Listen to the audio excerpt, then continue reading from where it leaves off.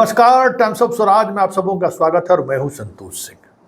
और आज हम टाइम्स ऑफ स्वराज में बात कर रहे हैं कि वो नीतीश कुमार जिन्हें लोगों ने मान लिया था कि अब इनकी राजनीतिक पारी खत्म हो चुकी है, वो नीतीश कुमार जिनको अब लोगों ने मानने लगा था कि अब ये अनुपयोगी हो गए हैं, आउटडेटेड हो गए हैं, अब इनकी उपयोगिता बिहार की राजनीति में नहीं रही। चर्चा होने लगी थी कि अब किसी भी वक्त इनकी राजनीतिक पालिका पर विराम लग सकता है, क्योंकि 2020 के विधानसभा चुनाव में जिस तरीके से नीतीश कुमार की हार हुई, फिर बाद के दौर में जो उपचुनाव हुआ, उस उपचुनाव में जो नीतीश की पार्टी का परफॉर्मेंस रहा, वो सारी चीज़ें नीतीश के प्रतिकूल था। लग ही नहीं रहा था कि अब नीतीश कुमार में वो चमक बची है।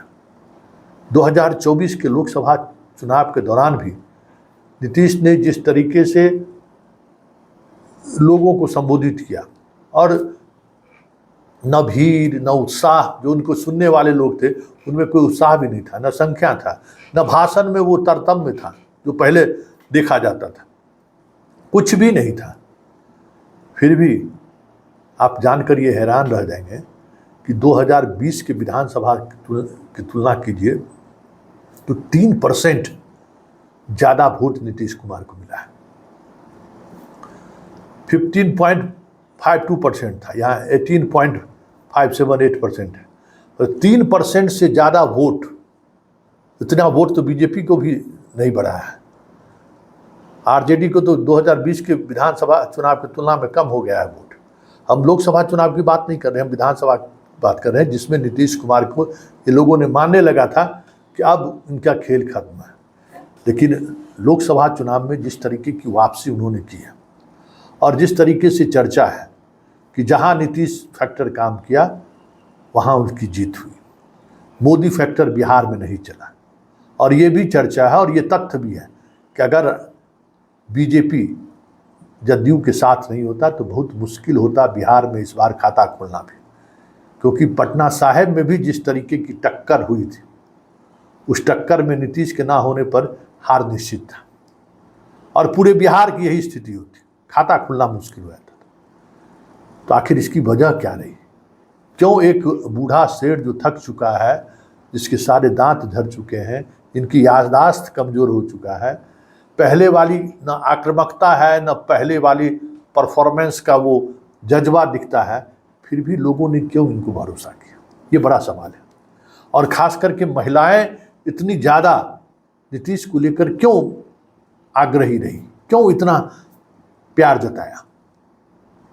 ये वाकई में कह सकते हैं कि शोध का विषय है कि लोग जो पॉलिटिकल पार्टी या जिस व्यक्ति के बारे में कहा जाने लगा था कब इनकी वापसी की तो सोचना ही बेईमानी होगा, अब इनकी विदाई ठीक ठाक से हो जाए, यही बड़ी बात। बीजेपी वाले आंख दिखाने लगे थे, गठबंधन के साथी आरजेडी में आए तो उधर से लोग आंख दिखाना शुरू कर दिया था। हर कोई इनको दबोचने में लगा हुआ था कि कैसे भी हो इनको दबोच लिया जाए।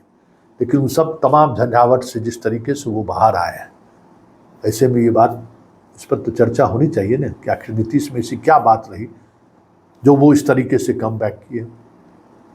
तो एक बड़ी बात ये रही कि पूरे कैंपेन के दौरान तेजस्वी का और लालू परिवार का जो आक्रामकता रहा, चाहे वो आक्रामकता छपरा में देखने को मिला हो, पाटलिपुत्रा में देखने को मिला हो, तेजस्वी के 250 भाषणों के दौरान जो आक्रामकता देखने को मिली, और उसका असर उनके बेस वोट पर जो पड़ा, जैसे जैसे ये असर दिखता गया वैसे वैसे नीतीश मजबूत होते चले गए, और एक आते आते तो उन्होंने सारे रिकॉर्ड तोड़ दिए, और उसने दिखा दिया कि आज भी बिहार के लोगों का भरोसा मोदी और लालू परिवार से ज़्यादा नीतीश पर है, क्योंकि तीनों चुनावी मैदान में थे और तीनों मजबूत लोग थे।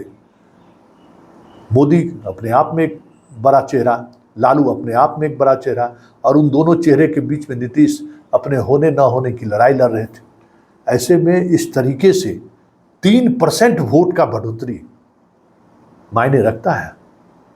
ये बहुत बड़ी बात है, और ये संकेत है कि बिहार की जनता अभी भी नीतीश पर भरोसा करता है, और भरोसा ही नहीं करता है, इस बार उसने भरोसा जताते हुए नीतीश को ये छूट दी है कि आप अपने मिजाज से जो राजनीति करिए, अपने अंदाज में राजनीति कीजिए, अपनी शर्तों पर राजनीति कीजिए, किसी के सामने झुकिए मत, किसी के सामने लाचार मत होइए, किसी के सामने में बेबस मत देखिए।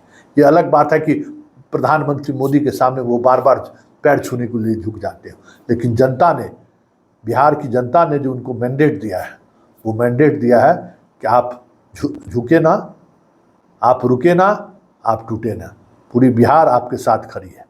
ये 3% वोट का इंक्रीज आप समझ सकते हैं कितनी बड़ी बात है, बीजेपी भी नहीं कर पाई है। मतलब सबसे ज़्यादा अगर बात करें 2020 की विधानसभा की तुलना में, तो 3% का बढ़ोतरी नीतीश कुमार ने किया है। आरजेडी का तो वोट कमा है, बीजेपी के वोट में भी मामूली बढ़ोतरी हुई है।